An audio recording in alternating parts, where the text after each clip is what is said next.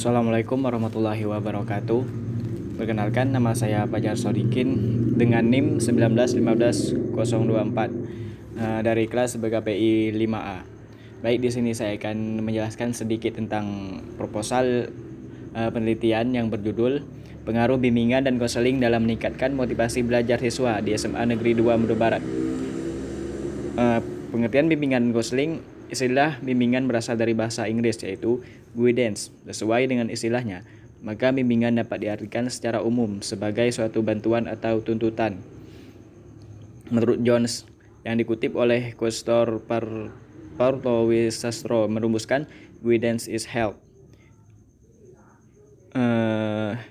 given by one person to another in making choice and adjustments and in solving problem, yaitu artinya adalah bimbingan sebagai bantuan yang diberikan kepada individu untuk dapat memilih, mempersiapkan diri, dan memangku suatu jabatan.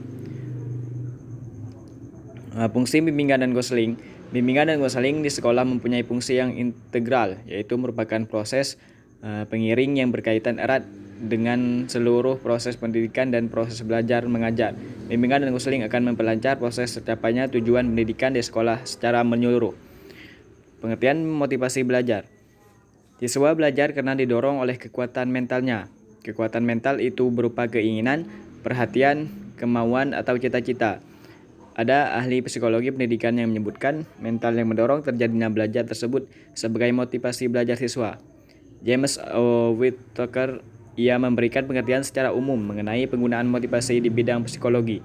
Menurutnya, motivasi ialah kondisi atau keadaan yang mengakibatkan atau memberi dorongan kepada makhluk untuk mempertingkah laku mencapai tujuan yang ditimbulkan oleh motivasi tersebut. Fungsi motivasi belajar. Dalam suatu lembaga kegiatan belajar, tidak sedikit ditemukan siswa yang malas berpartisipasi dalam belajar. Semua itu dikarenakan peserta didik atau siswa tidak mempunyai motivasi belajar yang kuat. Dalam hal ini, guru harus memberikan suntikan yang kuat untuk menumbuhkan motivasi mereka. Peranan yang dimainkan oleh guru mengandalkan fungsi-fungsi motivasi merupakan langkah yang akurat untuk menciptakan iklim belajar yang kondusif bagi siswa. Cara memotivasi belajar siswa dalam kegiatan belajar mengajar, peranan motivasi baik intrinsik maupun ekstrinsik sangat diperlukan. Motivasi bagi siswa dapat mengembangkan aktivitas dan inisiatif dalam mengarahkan dan memelihara ketekunan dalam melakukan kegiatan belajar. Menurut Sadirman 1990.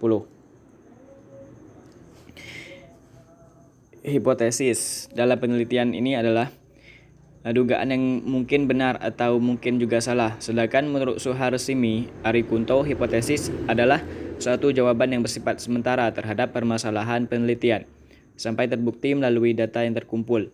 Kemudian menurut Sugiono, hipotesis merupakan jawaban sementara terhadap rumusan masalah penelitian, di mana rumusan masalah penelitian telah dinyatakan dalam bentuk kalimat pertanyaan. Hipotesis penelitian dapat diartikan sebagai jawaban sementara terhadap masalah penelitian yang kebenarannya masih harus diuji secara empiris. Jenis penelitian. Jenis penelitian ini adalah penelitian kuantitatif. Penelitian kuantitatif adalah data penelitian yang berupa angka-angka dan analisis menggunakan statistik. Hal itu dapat diartikan bahwa dalam menarik kesimpulan ataupun menjelaskan hasil penelitian didasarkan pada hasil angkanya atau metode yang akan digunakan pada penelitian ini, yaitu analisis regresi. Analisis regresi merupakan teknik statistika yang digunakan untuk pemeriksaan dan pemodelan hubungan antar variabel. Lokasi penelitian itu sendiri di SMA Negeri 2 Medan Barat yang beralamatkan di Jalan AMD Desa Penagan, Kecamatan Medan Barat. Alasan dipilihnya SMA Negeri 2 Medan Barat sebagai tempat penelitian yaitu dikarenakan keadaan di sekolah tersebut sangat cocok dengan fokus permasalahan pada penelitian yang peneliti lakukan saat ini. Populasi adalah wilayah generalisasi yang terdiri atas objek atau subjek yang memiliki kuantitas dan karakteristik tertentu untuk dipelajari. Peneliti atas apa yang telah ditetapkan dan kemudian ditarik kesimpulannya. Jadi, populasi yang dimaksudkan bukan hanya orang, melainkan objek dan benda-benda alaminya, serta tidak sekadar jumlah objek dan subjek, melainkan seluruh karakteristik yang dimiliki subjek atau objek itu. Pada penelitian ini, populasi yang diambil yaitu seluruh peserta didik di SMA Negeri 2 Mendo Barat. Sampel. Sampel adalah suatu prosedur pengambilan data hanya sebagian dari populasi yang diambil dan dipergunakan untuk menentukan sifat serta ciri yang dikehendaki dari suatu populasi. Pada penelitian sampel yang diambil menggunakan teknik proportionate stretched random sampling. Teknik ini digunakan karena populasi mempunyai anggota atau unsur yang tidak homogen dan berstrata secara proporsional, maka sampel diambil secara acak sesuai dengan ukuran populasinya. Teknik pengumpulan data. Kuesioner dan angket. Kuesioner atau angket adalah kumpulan pertanyaan yang disusun secara sistematis yang digunakan kepada responden untuk diisi. Responden dalam penelitian ini yaitu peserta didik SMA Negeri 2 Mendo Barat. Dokumentasi. Dokumentasi dalam penelitian digunakan untuk menelusuri data informasi yang disimpan atau didokumentasikan. Dokumentasi yang peneliti jadikan sebagai data dalam penelitian ini yaitu profil sekolah SMA Negeri 2 Mendo Barat. Uji coba instrumen penelitian. Uji validitas instrumen. Validitas instrumen ialah alat ukur yang digunakan untuk mendapatkan data mengukur itu valid. Uji validitas instrumen dilakukan agar instrumen yang nanti dibuat dapat digunakan sebagai pengukuran. Uji reliabilitas instrumen. Reliabilitas instrumen adalah instrumen yang apabila digunakan berulang kali untuk mengukur suatu objek yang sama, maka alat ukur tersebut akan tetap menghasilkan data yang sama. Teknik analisis data. Analisis data dilakukan untuk menjawab rumusan masalah dan juga untuk menguji hipotesis. Pada penelitian ini menggunakan teknik analisis uji regresi linear sederhana. Analisis regresi linear sederhana dalam penelitian ini dilakukan untuk mengetahui besarnya pengaruh pola asuh orang tua sebagai variabel bebas atau independen terhadap karakter religius peserta didik sebagai variabel terkait atau dependen. Rancangan sistematika.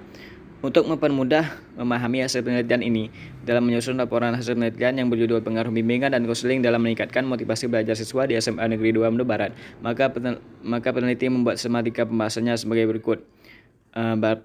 Pertama yaitu berisikan uraian secara garis besar permasalahan yang meliputi latar belakang, rumusan masalah, tujuan peneliti, kegunaan penelitian, telah pustaka, hipotesis, kerangka teoritis, metodologi penelitian, dan sistematika penulisan.